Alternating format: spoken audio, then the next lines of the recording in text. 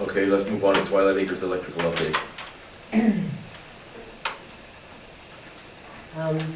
At this point, Mark has ordered everything that was on the materials list. Most of it has been received, except for 90%. the switch boxes have not been received yet. No. But And most the have. ground stays for the switch boxes, but we knew they were several weeks out. But that's about it. The wires here, you know, rubber goods is here. The rubber goods is like the elbows, connectors, terminators, and all that kind of stuff. Is that the $28,606 that's on the list of bills? And I think that's what it was, yeah. That was just wire. Well, I don't know if it's been on the bill. That might be for the switches That was now. just wire. That might be for the switches, because we just got the wire and all that stuff this thing last week. Francis said that was the wire. Oh, okay. Okay. Resco, From Resco? Resco. Yeah, wire only. yep. And then from Wesco, we got the other wire and then the rubber goods. This is our Resco. Right, R. We don't have a bill from Wesco, so I'm assuming it's not a bill. No, that's just, it basically came within the last 2 days, so. The easement has been, the survey has been completed, and the paperwork has been taken to the lawyer's office. It was returned to me for review, and I talked to Janet today in reference to it. And that will be finalized very soon.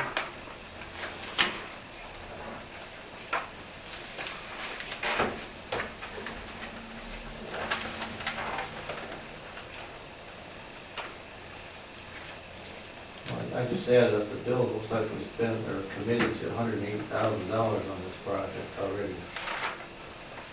And I know it's probably too late to change your ideas on this, but I just want it to be known that, you know, we didn't get any estimated cost of this project up front. We're laying 4-aught wire out in no man's land. You know, you expect us to go back to the people of this community and say we're trying to keep our electric rates as low as possible. And then you take on a project like this, I just, you know, it's one of those comments that I said at the end of last time's meeting, if anybody wants this chair, they can have it, because I think it's just a waste of money. You run a 4-aught wire, 4,500 feet from nowhere. One customer, because they came in here in April and whined about getting electricity when they've been running on 2,400 for 50 years. What the hell did we run out south of town for one customer? Well, that wasn't one customer, that was Did we start out for Hallett's. one customer, for Hellas? Well, that was Hallett's coming over. Yes. Well, first of all, you couldn't run out there with 2,400 watts, because it wouldn't pull it. We already had the problem with CPS out there. What did we spend on that project? I don't know, we never did get a final analysis. It's Did over we? Did you ever give us $350,000. the final project cost on that? It's over $350,000. I missed that meeting too. I mean, you said on that for a while, it's over $350,000, that's what we bonded for. Out there? Yes. That was more than that. Well, maybe it was more than that, maybe we bonded for $500,000. I mean, you said on that too. 695,000 on it, something right. The project cost. Yeah. Did we ever get a final project cost? It was close to 500,000.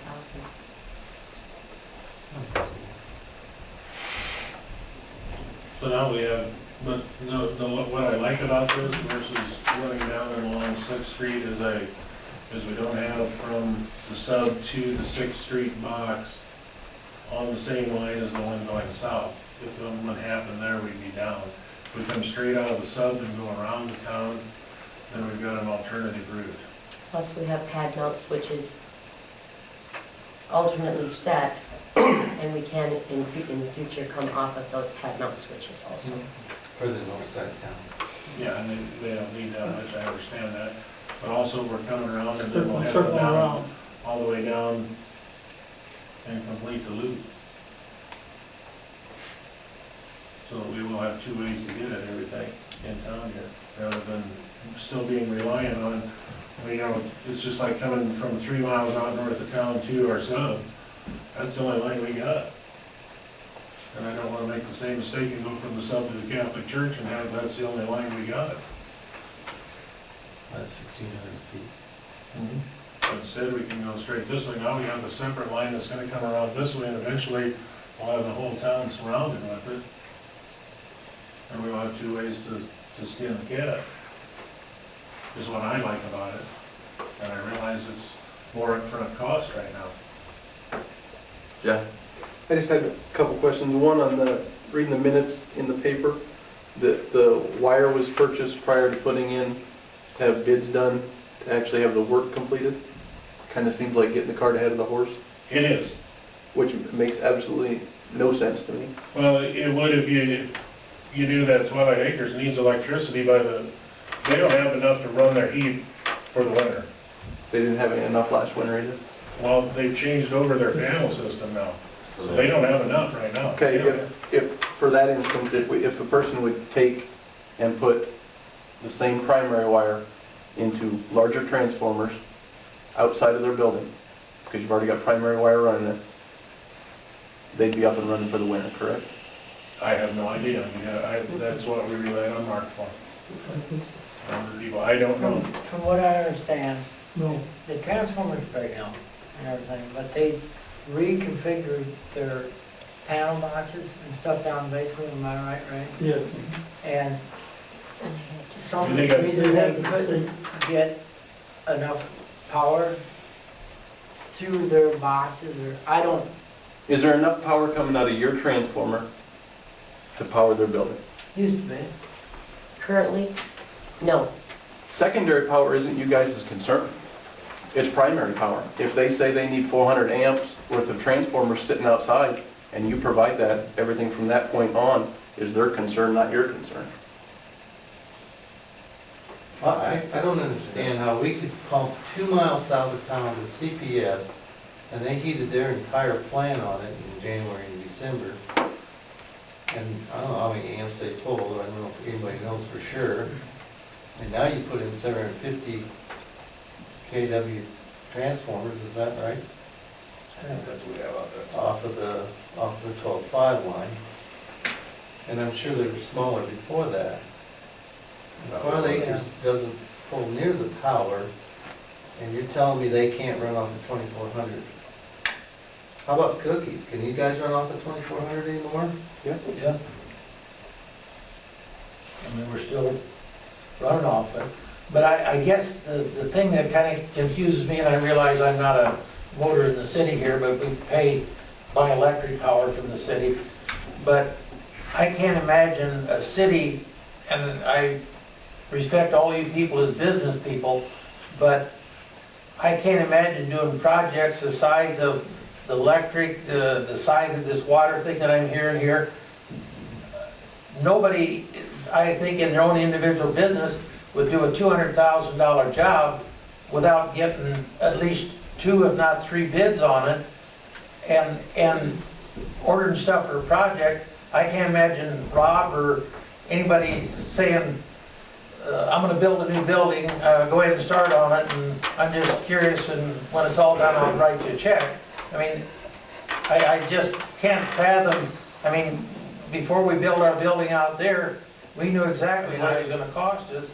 And I'm concerned about, I guess, one of the reasons I'm here, you know, I don't want, the city is a big business, and for them to spend money without getting competitive bids concerns me, because 2 years down the road, I don't want to get a letter that says your electric rates are going to have to be 11 cents because we've spent a lot of money. We did get 2 bids on this, one from Wesco, one from Resco. I'm talking about the completed project, That's when we got the bids for the material and everything else. digging the whole work. The digging was, We're getting bids on the digging coming in here. Piecemeal. You have to know that's one piece at a time here. It's not a project, really. And the other thing is that we spent 2 years taking it south to Hallett's. They also did give us a $43,000 aid to construction on that project. Twilight Acres is just whining that we get a 34 winter. I guess I'm kind of chuckling on this well thing, that they don't know what motor size it's gonna take, but it's gonna take $35,000 for a generator. And that's why I asked the question. Yeah, And the second thing, back on the electrical, I understand your point on the not wanting to shoot straight off of the Catholic Church up to Twilight Acres. But it's still a shorter run to go from the sub to Twilight Acres down the dam road to Twilight Acres than it is to go around the field.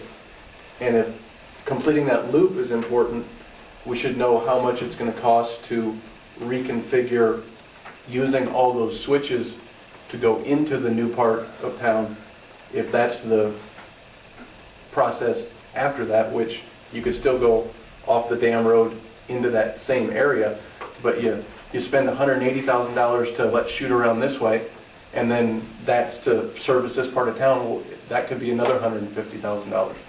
I mean, a person should know that, because I mean, if it's $300,000 to reconfigure the new area of town, why spend $150 to go around the outside when you don't have the $300 to cover that part anyway? It's useless. All those switches are useless. When 2,000 feet will get you up to Twilight Acres before winter down 6th Street, and you can still go from the dam to the new part of town, the dam to the Lutheran Church area of town. I mean, that would all still work. The explanation that we got from Twilight Acres is they cannot run without this getting to them. Well, that's what I mean. I would rather have you guys run 2,000 feet rather than 4,600 feet. Because there's no advantage to one over the other once the power gets to Twilight Acres. Because the next step beyond that is a couple $100,000 to do with whatever you want. I mean, there's no end in sight. I think Twilight Acres would be very happy if, once you got it up there, which is your business, not their business, once you got them up enough power to run whatever they need to run at the most cost-effective way. And I'm sure that Ray being on both sides of that fence would just as soon as save as much money as they possibly could to get the correct energy up to there.